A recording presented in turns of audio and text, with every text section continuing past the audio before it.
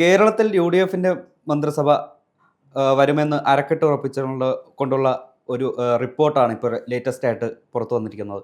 ശക്തിയായ എൽ.ഡി.എഫ് യു.ഡി.എഫ് മത്സരം കാഴ്ചവെച്ച പേരാവൂരിൽ ശൈലജ ടീച്ചറേക്കാൾ 9,000 വോട്ടിൻ്റെ ഭൂരിപക്ഷം സണ്ണി ജോസഫിന് ലഭിക്കുമെന്നാണ് ഇപ്പോൾ പുറത്ത് വന്നിരിക്കുന്ന ഏറ്റവും പുതിയ വിവരം. എന്തായിരിക്കും അവിടുത്തെ ഒരു മത്സര പോരാട്ടത്തിൻ്റെ ഒരു അവസ്ഥ? ഈ തെരഞ്ഞെടുപ്പുമായിട്ട് ബന്ധപ്പെട്ട് ഈ നമ്മുടെ മണ്ഡലം കമ്മിറ്റികളെല്ലാം യു.ഡി.എഫിൻ്റെയും എൽ.ഡി.എഫിൻ്റെയും അതുപോലെ തന്നെ ബി.ജെ.പിയുടെയും മണ്ഡലം കമ്മിറ്റികളെല്ലാം തന്നെ ഒരു വിലയിരുത്തൽ നടത്തിയിട്ടുണ്ട്, ഒരു വിശകലനം.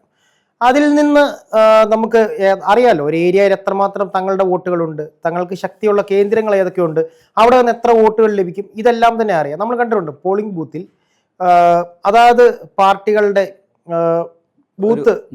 ബൂത്ത് കമ്മിറ്റികളുണ്ടാവും, അവര് ഓരോരുത്തർ വരുമ്പോൾ ഇങ്ങനെ ടിക്ക് ചെയ്ത് പോകുന്ന അറിയാം. അപ്പോൾ അതിൽ നിന്ന് നമുക്ക് പാർട്ടിക്ക് സുനിശ്ചിതമായിട്ടുള്ള വോട്ടുകൾ എത്ര, കോൺഗ്രസിന് സുനിശ്ചിതമായിട്ടുള്ള വോട്ടുകൾ എത്ര, ബി.ജെ.പിക്ക് സുനിശ്ചിതമായ വോട്ടുകൾ എത്ര, ഇങ്ങനെ ഒരു കണക്ക് കൂട്ടലുകളിൽ കൂടെയാണ് ഇവർ കടന്നു പോകുന്നത്. ഇതൊരു വിലയിരുത്തലിനായിട്ട് ലാസ്റ്റ് ഈ പറയുന്ന നമ്മുടെ ജില്ലാ കമ്മിറ്റികളിലേക്കും അതുപോലെ തന്നെ അവിടെ നിന്ന് സംസ്ഥാന കമ്മിറ്റികളിലേക്കും പോവുകയാണ്. ഓരോ ജില്ല തിരിച്ച് ഓരോ ഏരിയ തിരിച്ച് ചെല്ലും.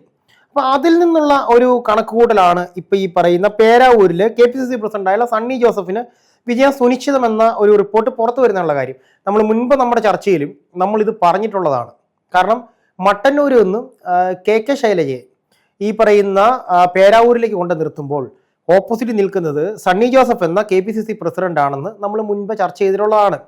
ഒരു ബലിമൃഗം എന്നുള്ള രീതിയിലാണ് ശരിക്കും പറഞ്ഞു കഴിഞ്ഞാൽ ശൈലജ ടീച്ചറെ ഈ പേരാവൂരിലേക്ക് ഇട്ടുകൊടുത്തിട്ടുള്ളത്. കാരണം സണ്ണി ജോസഫ് KPCC പ്രസിഡന്റായും അതുപോലെ തന്നെ മറ്റും പല മേഖലകളിലും തൻ്റെതായ വ്യക്തിമുദ്ര പതിപ്പിക്കുകയും സംഘടനാ പാഠവുമുള്ളതുമായിട്ടുള്ള ഒരു വ്യക്തിയാണ്. ഒരു സ്ഥാനാർത്ഥിയാകുന്നതിന് മുൻപ് തന്നെ ഒരു നേതാവായിരുന്നു.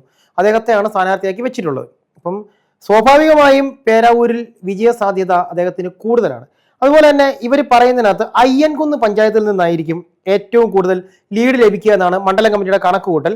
അപ്പോൾ ഞാൻ ഇവരുടെ ഏകദേശം ഒരു കണക്ക് ഞാൻ പറഞ്ഞുതരാം. അതായത് ഇവരുടെ ഇരിട്ടി മുനിസിപ്പാലിറ്റിയിൽ നിന്ന് 1000 മുതൽ 1500 വരേക്ക് ലീഡ് ഇരിട്ടി മുനിസിപ്പാലിറ്റിയിൽ നിന്ന് ലഭിക്കും. അതുപോലെ തന്നെ കൊട്ടിയൂർ പഞ്ചായത്തിൽ നിന്ന് 2400 വോട്ടിന്റെ ലീഡ്, കേളകം പഞ്ചായത്തിൽ നിന്നും 1200 മുതൽ 1600 വരെ വോട്ടിന്റെ ലീഡ്, കണിച്ചാറ് നിന്നും 2000 വോട്ടിന്റെ, ആറളത്ത് നിന്നും 3200 എന്നിങ്ങനെയാണ് സണ്ണി ജോസഫിന് യു.ഡി.എഫ് മണ്ഡലം കമ്മിറ്റി കണക്ക് കൂട്ടുന്ന ഈ ലീഡ്. അപ്പോൾ അതേ സമയത്ത് തന്നെ മുഴക്കുന്ന്, പായം, പേരാവൂർ പഞ്ചായത്തുകളിൽ എൽ.ഡി.എഫിനായിരിക്കും ലീഡ് എന്ന് യു.ഡി.എഫ് തന്നെ കണക്ക് കൂട്ടുന്നുണ്ട്. അപ്പൊ ഇങ്ങനെ മൊത്തത്തിൽ 1000, 1500 മുതൽ 1600, 2000, 3200 ഇങ്ങനെയുള്ള കണക്കുകൾ പ്രകാരമാണ് ഈ പറയുന്ന 9000 വോട്ടിന്റെ ലീഡ് സണ്ണി ജോസഫിന് കിട്ടുന്നത്. നമുക്കറിയാം ഇത്തവണ കേരള സംസ്ഥാനത്ത് മൊത്തത്തിൽ 14 ജില്ലകളിൽ നിന്നായി 140 മണ്ഡലങ്ങളാണ് നമുക്കുള്ളത്. മഞ്ചേശ്വരം മുതൽ പാറശാല വരെ നീളുന്ന 140 മണ്ഡലങ്ങളിൽ കൃത്യമായ ഒരു വിലയിരുത്തലും വിശകലനവും ഇലക്ഷന് മുൻപ് തന്നെ കോൺഗ്രസ് നടത്തിയിരുന്നു. കാരണം ഇനിയും ഭരണം കൈവിട്ടു പോകാൻ പാടില്ല, അടുത്ത മന്ത്രിസഭ തങ്ങളുടേതാവണം, ഈ ഒരു ലക്ഷ്യത്തോടു കൂടി തന്നെയാണ് യു.ഡി.എഫ് ഇത്തവണത്തെ ഇലക്ഷനെ നേരിട്ടിട്ടുള്ളത്. അത് നമുക്ക് മനസ്സിലാക്കാവുന്ന കാര്യങ്ങളുണ്ട്. ഏതൊക്കെ സ്ഥാനങ്ങളിൽ ഏതൊക്കെ സ്ഥാനാർത്ഥികളെ നിർത്തണമെന്ന കൃത്യമായ വിലയിരുത്തലോടുകൂടി ജയസാധ്യതയുള്ള മേഖലകളിൽ തങ്ങൾക്ക് ഏറ്റവും കൂടുതൽ സ്വാധീനം ചെലുത്താൻ പറ്റുന്ന വ്യക്തികളെ നിലനിർത്തിക്കൊണ്ടാണ് യു.ഡി.എഫിന്റെ ഒരു സ്ഥാനാർത്ഥി പട്ടിക വന്നിട്ടുള്ളത്. അതിൽ തന്നെ നമുക്ക് അല്പമെങ്കിലും സംശയം ഉണ്ടായിരുന്നത് പാലക്കാടിന്റെ കാര്യത്തിലായിരുന്നു. പാലക്കാട് രമേശ് പിഷാരടി അദ്ദേഹം എന്ത് ചെയ്യും എന്നുള്ള ഒരു സംശയം ഉണ്ടായിരുന്നു. അപ്പോൾ നമുക്കറിയാം CPIM-ന്റെ സ്ഥാനാർത്ഥി അവിടെ വന്നിരിക്കുന്നത്, അതുപോലെ തന്നെ BJP-യുടെ സ്ഥാനാർത്ഥി ആരെന്നുള്ളത് നമുക്കെല്ലാം അറിയാം. അവിടെയും ഒരു പ്രഭാവം ഉണ്ടാക്കുവാൻ, ഒരു വ്യക്തി പ്രഭാവം ഉണ്ടാക്കുവാൻ ഈ പറയുന്ന രമേശ് പിഷാരടിക്ക് സാധിക്കുമോ എന്നുള്ള ഒരു സംശയം ഉണ്ടായിരുന്നിടത്തു നിന്നും അദ്ദേഹത്തിന്റെ ആദ്യത്തെ പൊതുപരിപാടിയിൽ വെച്ച് തന്നെ അദ്ദേഹം പാലക്കാടിന്റെ ജനതയെ ഒന്നാകെ പിടിച്ചടക്കുന്ന ഒരു കാഴ്ചയാണ് നമുക്ക് കാണാൻ സാധിച്ചിട്ടുള്ളത്. ഞാൻ പറഞ്ഞത് വ്യക്തമായെന്ന് തോന്നുന്നു ആഷിഖിന്. അപ്പം നമ്മുടെ വിഷയം പാലക്കാടല്ല, നമ്മുടെ വിഷയം ഈ പറയുന്ന പേരാവൂരാണ്. അപ്പൊ പേരാവൂരില് സ്വാഭാവികമായും വിജയസാധ്യത ഉണ്ടായിരുന്നു.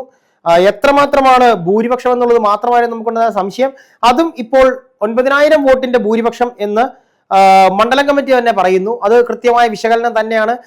അല്പസ്വല്പമൊക്കെ അങ്ങോട്ടും ഇങ്ങോട്ട് വന്നു കഴിഞ്ഞാലും ഏകദേശം 8500 മുതൽ ഏകദേശം 8900 വരെ, അതായത് 9000 അടുത്ത് വരേക്കും വരുന്ന കണക്കുകളിൽ വോട്ടിന് ലീഡ് കിട്ടുവാനുള്ള സാധ്യതയുണ്ട്. കാരണം സുനിശ്ചിതമായ മേഖലകൾ ഇത് എല്ലാ മേഖലയും പിടിച്ചടക്കും എന്നുള്ള രീതിയിലൊരു കണക്ക് വരികയാണെന്നുണ്ടെങ്കിൽ നമുക്കിത് കേൾക്കാൻ രസമുണ്ടായിരുന്നു. അപ്പോഴും നേരത്തെ തന്നെ ഇവര് പറയുന്ന കൂടെ തന്നെ ഇവർ പറയുന്ന 3 മണ്ഡലങ്ങൾ ഞാൻ പറഞ്ഞിരുന്നു. മുഴക്കുന്ന്, പായം, പേരാവൂര് മണ്ഡലങ്ങളിൽ LDF ജയിക്കുമെന്ന് പറയുന്നുണ്ട്. അപ്പം കൃത്യമായ വിശകലനമാണ്. ഈ CPI മണ്ഡലം കമ്മിറ്റി പേരാവൂരിൽ KK ശൈലജ അട്ടിമറി വിജയം നേടിയെടുക്കും എന്നൊരു ആത്മവിശ്വാസം പ്രകടിപ്പിച്ചിരുന്നു. പക്ഷെ അവർ പറയുന്നത് KK ശൈലജ ഏകദേശം 3000 വോട്ടിന് വിജയിക്കുമെന്നാണ് മണ്ഡലം കമ്മിറ്റി വിലയിരുത്തിയിട്ടുള്ളത്. 5000 വോട്ടുകളെങ്കിലും വ്യക്തിപരമായി സമാഹരിക്കാൻ കഴിഞ്ഞാൽ മാത്രമേ ശൈലജയുടെ വിജയം സുനിശ്ചിതമാണെന്ന് നമുക്ക് പറയാൻ പറ്റുള്ളൂ. ഈ 3000ന്റെ വോട്ടിന്റെ ഭൂരിപക്ഷമൊക്കെ പറഞ്ഞു കഴിഞ്ഞാൽ അത് എപ്പോൾ വേണേലും അങ്ങോട്ടേക്ക് ഇങ്ങോട്ടേക്ക് മാറി മറിയാവുന്ന ഒരു വോട്ടാണ്.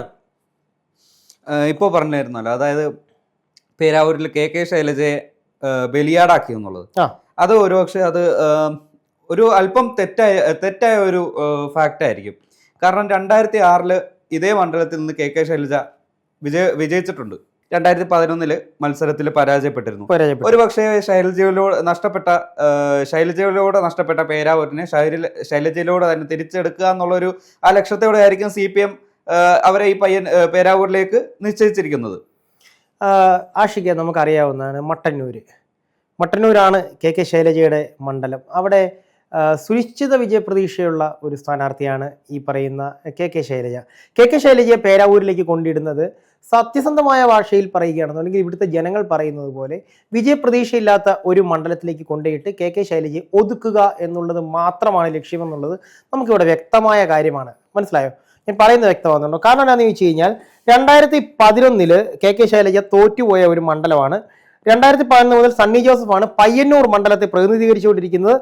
അതും 3172 വോട്ടിന് 2021 സണ്ണി ജോസഫ് ഇതേ പേരാവൂരിൽ നിന്ന് ജയിച്ചിട്ടുണ്ട്. അപ്പൊ അവിടെ അതിന്റെ കീഴിൽ തന്നെ വരുന്ന ഈ പറയുന്ന പേരാവൂരിലേക്ക് കൊണ്ടുവന്ന് ശൈലജ ഇടുമ്പോൾ നമുക്കറിയാം KK ശൈലജ എന്ന് പറയുന്ന പേര് നമ്മൾ ഉയർന്നു കേട്ടത് LDFന്റെ ആദ്യ വനിതാ മുഖ്യമന്ത്രി എന്നുള്ള പേരിലായിരുന്നു. അതിനുള്ള ഒരു വിൽ പവറുള്ള, അതിനുള്ള ഒരു പവറുള്ള ഒരു സ്ത്രീത്വമാണ് അവർ, അല്ലെങ്കിൽ ഒരു നേതാവാണ്, ഒരു വനിതാ നേതാവാണ്.